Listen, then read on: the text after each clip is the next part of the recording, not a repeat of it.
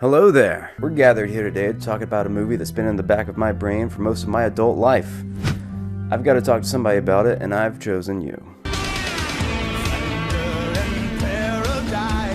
Hulk Hogan's magnum opus. There are a few frontrunners for that title, and this one is the winner.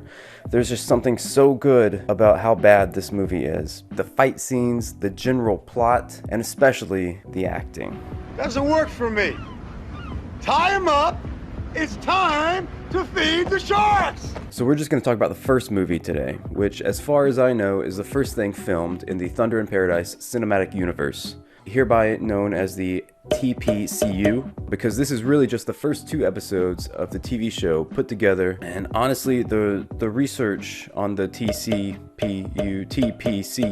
is a little confusing, because I'm pretty sure the pilot was filmed first, and then that was turned into a 2-part episode for the TV show. The TV show ran, and then there were a few 2-part episodes on the TV show that they just turned into movies. So now we have 3 great movies and a video game that is probably just as quality as the movies. So the movie opens just like any other action movie from the 90s. Ladies in bikinis. It's a fun situation when this is on screen and the wife comes in and asks, "What are you watching?"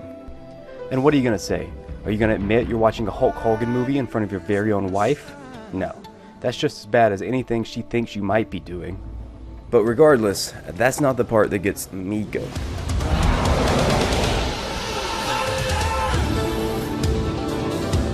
Yeah, that's right. The Hulk Hogster himself. With his partner, and I forget his name, which, who cares? Turns out they're not just out for a joyride. Hulk and his partner, they're on a mission. They've set out to rescue a woman and her child in Cuba from what I assume is the Cuban army. It's not really made clear. That's all the info we get. So this is the first encounter we get with Hulk's shorts. They're a prominent character in the movie. They come up numerous times, and it's always a joy. The man likes to show off a little leg. I can't blame him. The legs are looking good. Thick. Tight. Also, the man has a badass eye patch, and given his line of work, it makes sense. It's probably a permanent feature that he has, an eye that's been ruined on a mission, slashed by a villain while saving a defenseless person. But later on in the movie, we just learn he's just got a little scratch on his eye. His eye is just a little red, so he puts an eye patch over it. And then for the rest of the movie, he's just normal, just 2-eyed Hulk Hogan again. Gus, or whatever his name is, mentions stealth and flying under the radar. The stealth will work. It will work this time, I guarantee it. Their radar will not see us coming. I don't want to get too lectury about this, but an important part of not showing up on a radar is angles. Think of a B-2 bomber. It's a lot of like slight angles, not a lot of 90 degrees. Those are bad. They're called hot spots. Radar hits them, bings around, shoots back. Very identifiable. As I'm getting into the weeds now. There's a reason the boat looks like a B-52 bomber, I'm assuming. It's got a lot of those weird, stealthy looking angles. It's got the jagged windowsill that doesn't serve any purpose, but it looks like a middle schooler wanted to design something they thought were badass. It looks like it's built with stealth in mind. That said, I don't think the stealth plan is going to work out for Brew because of Hulk. What are you doing? Guaranteeing your guarantee. Bam! All those light angles gone. Stealth malfunction. Status. Radar vulnerable. What? Oh, hey, the stealth didn't work. Look at that. While Boo's fidgeting with his futuristic technology on the CRT screens, Hulk's eating some rice with his chopsticks. It's an interesting choice to make him use chopsticks. I would not have guessed that with him, but it's just building a complex character in a complex world filled with complex lore.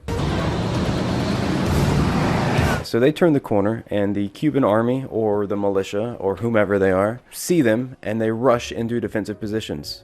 So, did they need stealth? That they just turned the corner, and then the army saw them. They didn't know they were coming. There wasn't radar that showed them where they were, or they were close. I don't know. I don't know.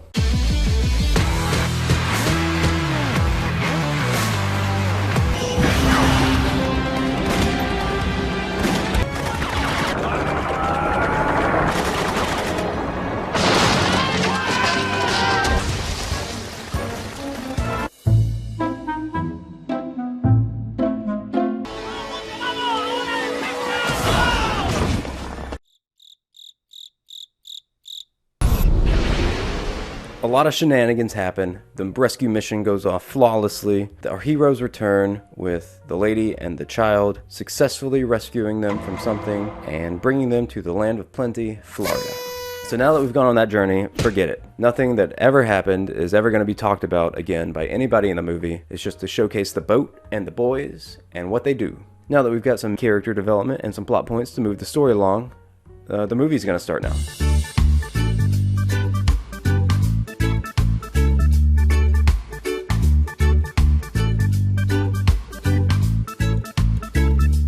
You know, I've never understood why tying a cherry stem with your mouth is a sexy trait. What do you want someone to do with that talent? I don't want anybody's tongue to be able to earn a Boy Scout badge with any of my body parts. Not only can the bartender lady tie knots with her tongue, she can use that same tongue to give out giant exposition dumps. You see that guy over there? The one with the 2 Gidgets? His stepbrother's family built the hotel. When he died last year, he left it to his daughter Megan. But Edward was the executor of the will. Now he's going around saying there's some kind of clause that's going to allow him to take over the hotel. She gracefully introduces us to the uncle of the hotel owner. I don't know who the lady that walks up and insults these people is. Squid, hag, snake, witch, rat. But I guess that lets us know that he's just not a well-liked guy. And as we'll find out, this movie's not super subtle on who the good people are and who the bad people are. What's this about you taking over my hotel? So after the first run-in between the hotel owner, the current hotel owner, whose name is Megan, now we have what is really the first Horcrux of the plot. Megan has to get married in order to keep the resort. I was merely honoring the terms of your father's will. I still have 2 days. As is clause in her father's will, which is totally normal, I assume. I don't know much about rich people owning resorts, but I guess they're passed down only to people who are married. You have to be married to take care of something, but she's not. She's a busy business lady, and this movie will have none of that. Find a man. So, how's your eye? That's a lot better. Can I see it? Nah, you don't want to. Yes, I do. Does it hurt? Can you see? In most movies, child actors usually just serve a purpose. They can't really act yet, and you can't really get someone like Gary Oldman to play a 5-year-old, even though he has made some interesting choices in his life. They sound like they're just reading lines off a page. And this movie isn't any different. She's terrible, but she has an excuse, and she's still one of the best actors in the movie. I've been filleting my own sharks. You never know what you'll find inside the belly of a beast. So Hulk found a necklace in a dead shark belly. He immediately drapes it around a child's neck. Thanks, Hurricane. That thing probably smells like death, and it's riddled with sea parasites. I need your camera.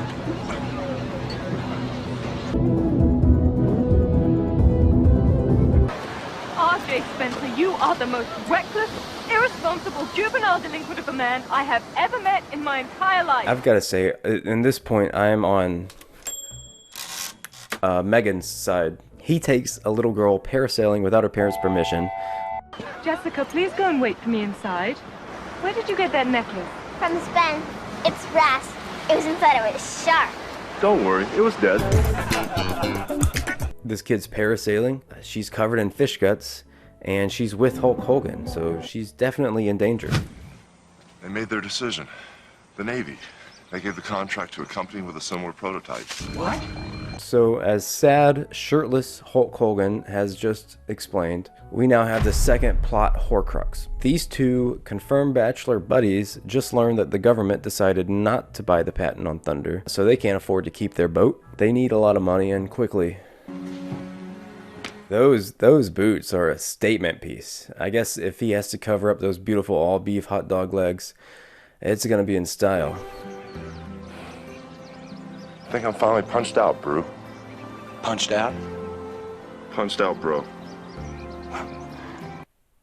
So it seems right there. Did they use a different take just for that? He flubs a line and they just leave it in. They just leave in the flubbed part and let him redo it. Anyway, this flubbed line leads into one of the absolute best fight scenes I have ever seen in a movie. This is absolutely how humans fight each other.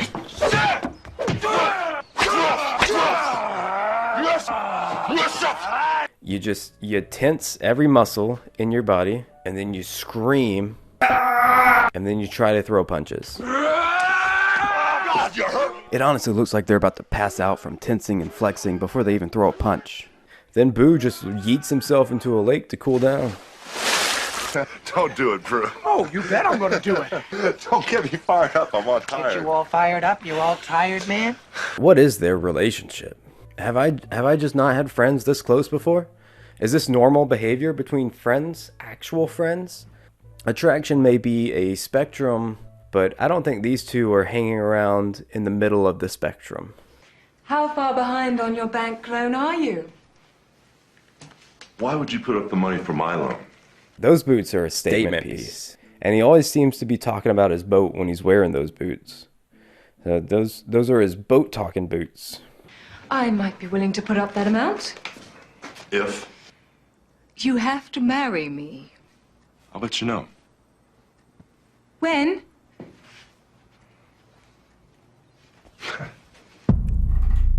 This is one of the most memorable scenes for me, as every time I laugh at this reaction shot. It is insane. It is the best piece of acting. Gary Oldman couldn't have done that. Why is this not showing on every TV constantly, forever, all the time? Just this one scene, just Hulk Hogan. I can't do it. I can't look as smug as he does. He's just a smug-faced little Shrugger. He's a sad man. His sleeveless denim shirt definitely gives off the bad to the bone vibe. The leather tasseled chaps obviously give off a bad to the bone vibe. His motorcycle literally says bad to the bone. Don't even get me started on the boot statement piece. I'm starting to think this guy's got some pretty badass bones. Well, everyone has a dream that'll never come true. Do you?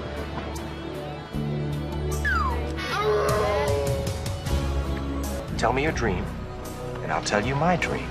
Come on. Ever since I was a kid, I wanted to go to Italy, to Florence, and apprentice myself out to an artist, and sculpt nudes out of Carrara marble, like Michelangelo's David. There is nothing in the world as sensual as running your hands over the contours of the marble, closing your eyes and feeling the smooth, cool texture. That's rough-hewn strength. What? What? This lady needs to chill out. She is lusting over marble nudes. Come on. Hulk has his potential love interest, the hotel owner lady that he hates and whose kid that he constantly endangers. Goo also needs a love interest, and it's not going to be the old lady that just pops up and insults people. So he gets the bartender that can tie body parts into cherry stems, or wait, no, tie knots into body parts. And as creepy as that whole ordeal was with her passion, when Gru asks what her dreams are, she responds with a lifelong passion she hopes to work towards and eventually accomplish. That's admirable. And after pouring out her heart and opening up to this guy, she turns it around on him and asks if he has any passions like that. If there's anything that he's been working towards his whole life that he hopes to accomplish sometime in the future. He responds with, I dream about the two of us connecting in a conjugal kind of way. yeah, I want to bang you. Marry me! I can't keep my feelings a secret any longer. So Hulk and Megan are teaming up. I was stupid not to say yes when you begged me to marry you a month ago. I hope it's not too late. No, it's not, darling. And I love you too. They decided they can team up, get married, and both get to keep their property. Hulk keeps his boat, she keeps her resort. Somebody will probably keep the kid, but it's a sham. It's a sham marriage to get what they want. Now, we already know that Hulk doesn't care about the kid. He's been rubbing fish guts on her and flinging her up into the skies, but the mom seemed to care a little bit earlier, so this plan is a little surprising on her part. I can't believe it! Spencer's gonna be my dad! This is what I've always wanted! That said, they're gonna mess up this kid mentally. This stuff's thrown away. Man, I'd like to keep one of these suckers for whaling. Spot a humpback off the starboard, Launch a stinger into his back. Come on, Bluey. The writing is pretty subtle here. I don't know if you guys caught it like I did. These are the bad guys. Many years ago, when I didn't have any money, I worked on a trawler for an ex-convict. We headed to one of these islands out here, which only he and the captain knew. They got drunk one night, and he showed us a necklace. Val here gives a good description of the background of the necklace. He graphically described cutting somebody's throat for it. Said it was the key to a fortune worth millions. It sounds like a very interesting scene. He just tells us from a barber chair all about it. It's a great example of tell, don't show. And here it is, right here, found in the belly of a shark. But all that said, we do learn the third plot horcrux of the movie, the necklace. The necklace is important. Well, relatively. What else really important in this movie? Did you take care of business? As soon as we tie the knot, Megan pays off the loan. My main man. Yeah. How about community property? You can do what? Community property after the two of you are married, everything you own becomes half hers, including Thunder? How'd you handle it? God, I didn't even think about it. I don't know how much time has passed from them proposing to each other to now, but they're dressed for a wedding. A wedding's about to happen. It feels like it's just been like an hour. Regardless, this scene... Darling, I love you. And I love you. ...is the happy ending that the movie deserves. I heard the unattainable is about to become attained. I had to come and see with my own eyes because I just could not believe it. This lady is exactly the type of performer that would get huge laughs at a high school play. She would be the star. All of the parents in the audience would just go nuts over the way she delivers some of these lines. How's it going, Nicole? Well, I'm depressed. They finally got into the wedding. It's been like 20 minutes since the proposal happened, so they've been dragging their feet a little bit, but they finally got there. I have a feeling that the wind in this scene, I don't know if it's supposed to be quite so blusterous during the wedding. It doesn't add anything to the scene. It's never brought up again. I think the wind was insane when they were scheduled to film that day. So they just put there's a hurricane coming sign out front as an establishing shot and prayed that the sound guy could cut out all the wind and keep the dialogue.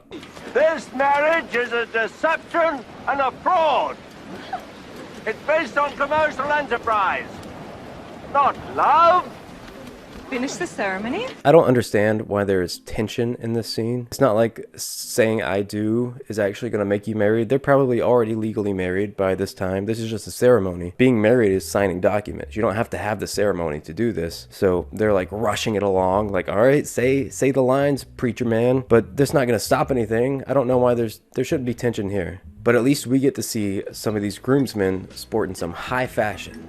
I also really like that the background music in this scene sounds like the press start screen to an old Nintendo 64 game.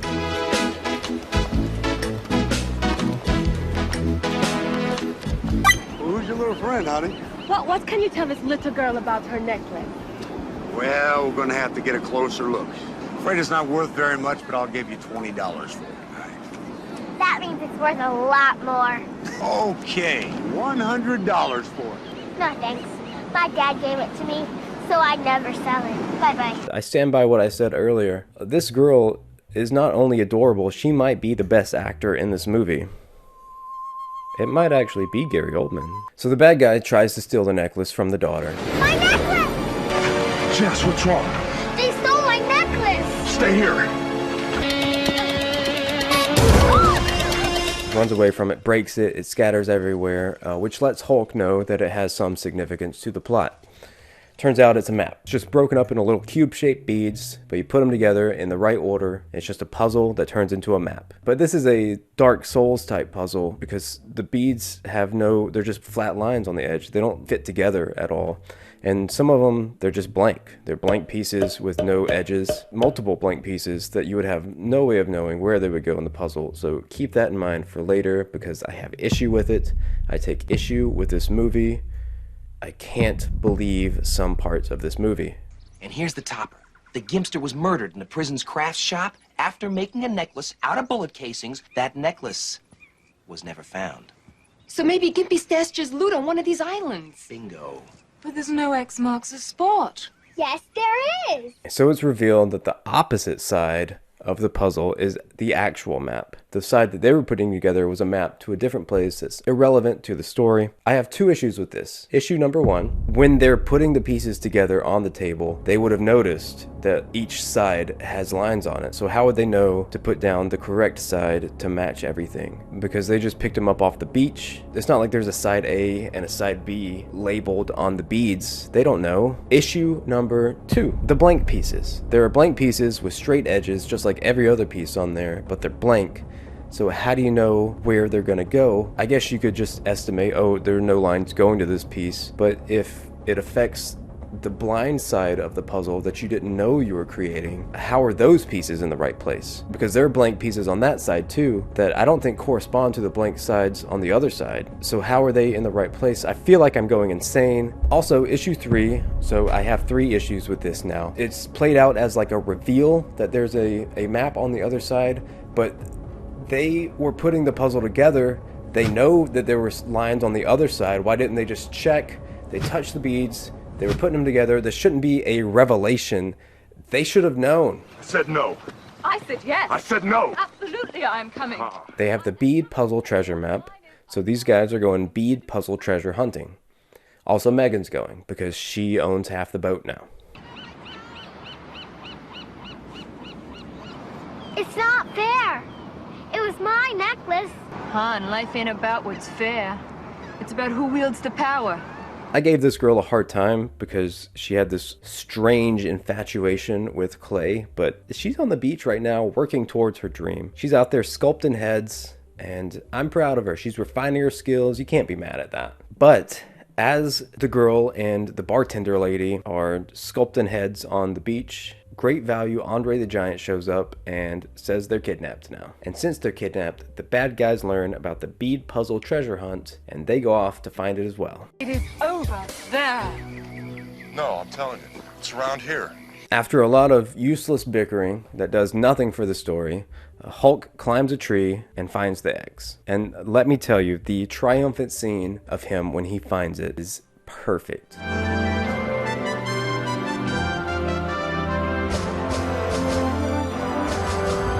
Trumpet noise, the smug smile on his face. He's a smug guy. We've already established that. He just looks like a smug little koala bear holding onto that tree and then just slowly fades down.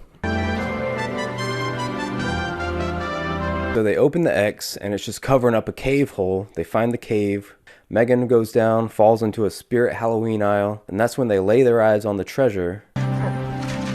And when they do that, they all make the strangest reactions I have ever seen a human make.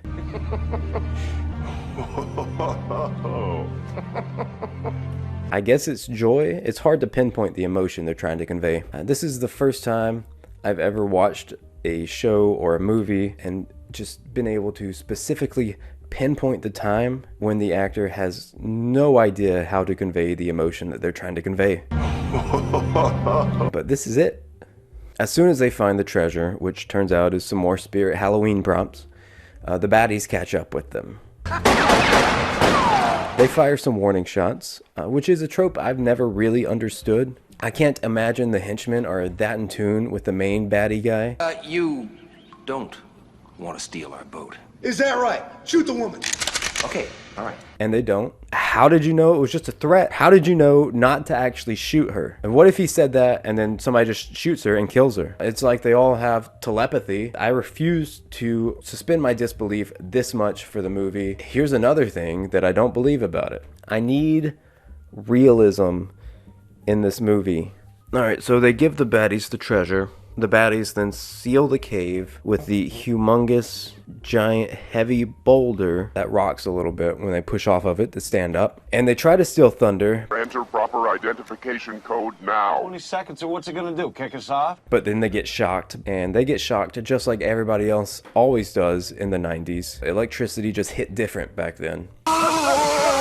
Where you just shake a little bit and scream, and then you jump off on your own free will. Meanwhile, back in the cave, luckily there is an underwater passage that leads to the outside.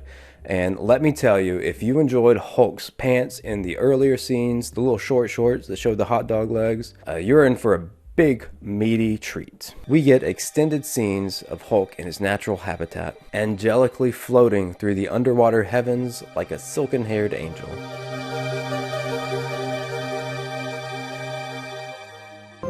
How long can he stay under there? Don't worry about it.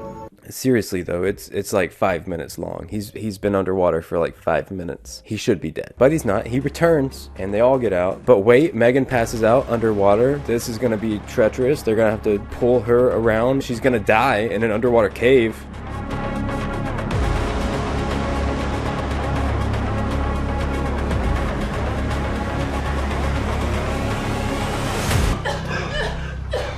Oh no, she's fine. She's fine.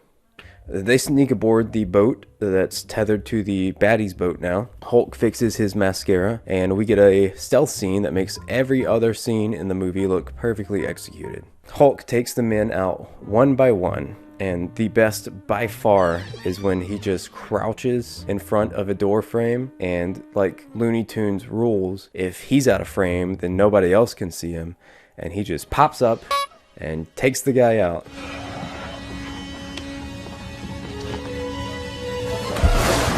Oh, I also appreciate that he followed his hairline while doing his combat makeup. Then he's confronted by Val Kilmer, who must have soaked up all the acting talent from every other person in this movie, because he goes so far in the other direction. I'm stunned you're here. Every line he delivers seems like it was preceded by him just doing a rail of coke. Hit the bag, the jewels, the money, the diamonds, the keys to your boat, put them in the bag, tie it to the rope, send it up. He chains Hulk to a bunch of heavy tools they had lying around, and he throws them overboard, which if the previous underwater scene is anything to go by, he's got about 20 minutes before he's in any real danger. Let's let them all be together. And then Kilmer, seemingly on a whim, throws both the little girl and the bartender overboard. Well, like it's nothing personal, it's business.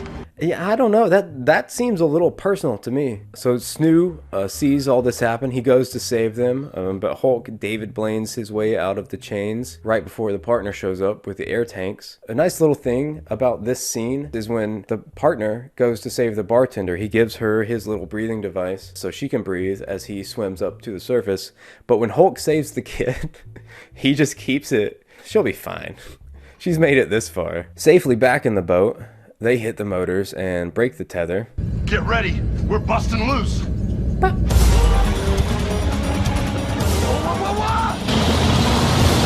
After which, Kilmer finally fires that Chekhov's Stinger missile that we saw at the beginning. The boat outruns it, like boats usually do. It takes a sharp turn. The missile follows them around the U-turn. As they were heading back to the baddie's boat, the missile's about to catch up with them. They make another sharp turn. The missile is fatigued by this point and has had enough and just decides to keep going straight this time and hit the baddie's boat. What was gained from this excursion? The whole thing was just a little side quest where at the end they were exactly in the same place as they were at the beginning. And to rub salt on the wound that the plot of this movie keeps plunging daggers into, we are treated to a love scene. Darling, what's taking so long? And I love you. Featuring Hulk and Brew.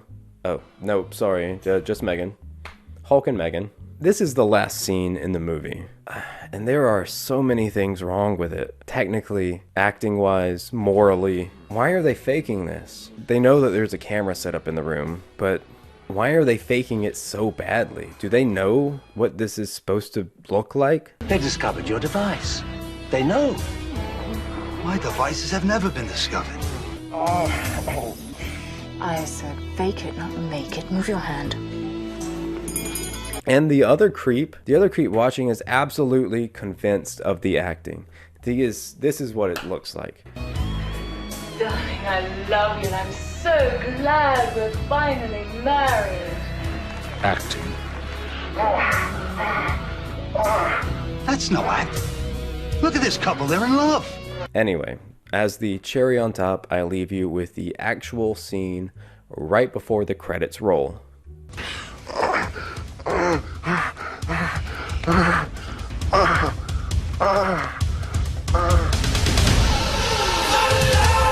So there it is.